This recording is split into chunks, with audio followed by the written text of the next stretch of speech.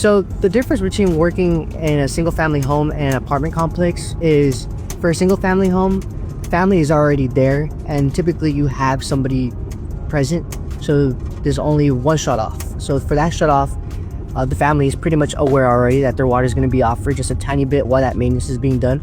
I guess for an apartment complex, it's hard to know unless they're labeled which water heater is feeding which, especially if it's either just one or if it's just multiple water heaters. So you have to kind of figure that out to let which tenants know what's water's gonna get turned off for just that slight amount of time.